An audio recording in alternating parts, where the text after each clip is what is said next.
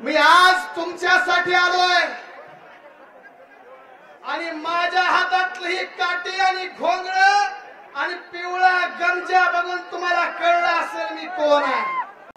आणि ही गमजा आणि ही घोंगड मी धनगराचा मराठ्यांना पाठीमध्ये आलोय। का पाठीमध्ये आलोय? मी या ठिकाणी येण्याच्या पूर्वी विचार केला आणि मी विचार करत होतो, काल जालन्याला मोर्चा झाला, माझ्या बीड जिल्ह्यामध्ये मोर्चा झाला। मोर्चामध्ये मागणी, न्यायाची मागणी होती। मला सगळे समाज बांधव म्हणत होते की तुम्ही या, भूमिका मांडा, पण मला माझ्या बहिणीच्या डोळ्यात डोळे घालून बोलण्याची हिंमत होत नव्हती। कोणत्या तोंडाने माझ्या बहिणी पुढे मी यायचं होतं? काय तिला सांगायचं होतं? तुझ्या बापाला असं मारलं? काय तिला बोलायचं होतं? आणि काय तिला म्हणायचं होतं? तुझ्या बापाच्या पाठीमध्ये फायटरनं मारलं ग? काय सांगायचं होतं तिला? माझी हिम्मत होत नव्हती की मी तिला जाऊन काहीतरी बोलावं, तिच्या डोळ्यात डोळे घालून बोलावं, पण मी आज हिम्मत केली। का तर लक्ष्मण हाके साहेबाच्या गळ्यात पिवळा गमजा आहे आणि कपाळाला भंडारा आहे। भंडारा हे धनगराचं नाही तर महाराष्ट्राचं प्रतीक आहे। पिवळा भंडारा, भंडारा म्हणजे पवित्र आहे। आणि लक्ष्मण हाके साहेब, तुम्ही कपाळाला भंडारा लावला आणि पिवळा गमजा घालून जर या महाराष्ट्रामध्ये खोटं बोलत असाल तर अहिल्यादेवींच्या विचाराचा वारस हा खरा धनगर। माझी जबाबदारी होती की आता येऊन बोललं पाहिजे आणि या महाराष्ट्राला खरं सांगितलं पाहिजे। आज तुम्ही पण धनगर आहात, मी हे धनगर आहे। मातोश्री पुण्यश्लोक अहिल्यादेवींचं वाक्य, माझ्या राज्यामध्ये मुंगी सुद्धा उपाशी मेली नाही पाहिजे। अहो इथं माणसं मारली हो, अहिल्यादेवींनी सांगितलं ना मुंगी नाही मेली पाहिजे।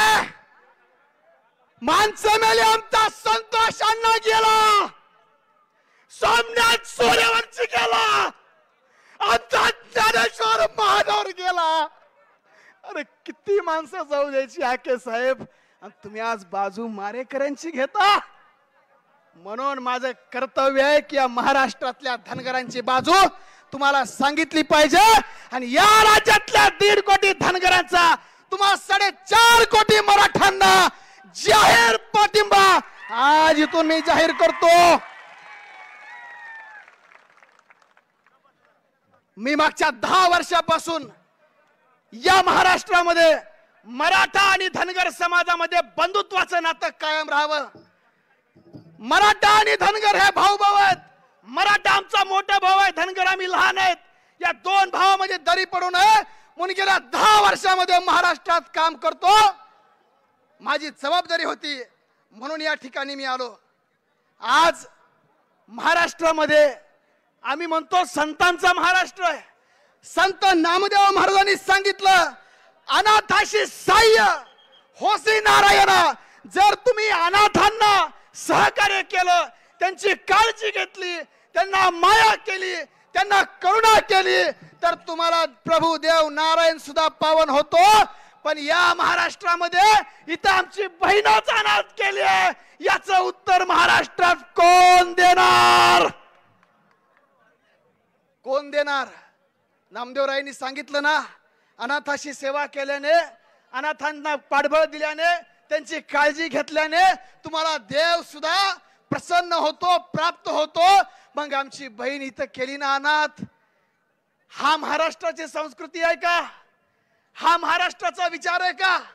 आमच्या बीड जिल्ह्यामध्ये ओबीसींचं वारं सांगितलं जातं। अहो मी ओबीसी आहे आणि माझ्या जातीतल्या किती धनगरांच्या सोयाबीनच्या गंजी एका महामंत्र्याच्या पियेनं जाळायला लावल्या, याचं उत्तर महाराष्ट्रात विचारा।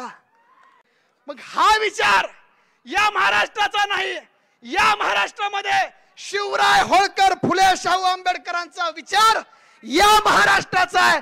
भगवान बाबांनी सांगितलं, हिंसा वाईट आहे, अहिंसेच्या मार्गाने चला, पण जी लोक त्या गोष्टी पाळत नाहीत त्यांना कठोर शासन झालं पाहिजे।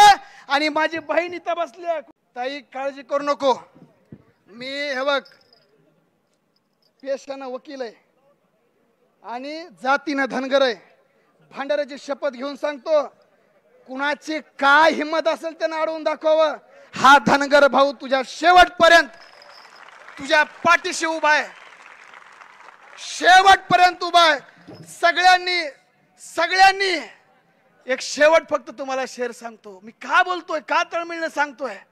अगर मैं खामोश रहता हूं तो गैरत मुझे मार डालेगी, अगर मैं खामोश रहता हूं तो गैरत मुझे मार डालेगी, अगर मैं सच बोल दूं तो हुकूमत मुझे मार डालेगी।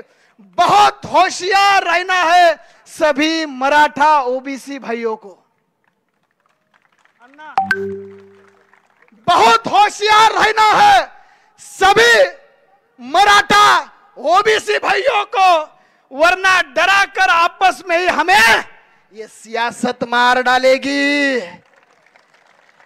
सगळ्यांनी हात वर करून शेवटला घोषणा द्या, छत्रपती शिवाजी महाराज की, पुण्यश्लोक राष्ट्रमाता अहिल्यादेवी होळकरांचा, क्रांती सूर्य महात्मा ज्योतिराव फुले, हात वर, लोक राजा राजर्षी छत्रपती शाहू महाराज की, विश्वरत्न डॉक्टर बाबासाहेब आंबेडकरांचा, श्री संत भगवान बाबा की।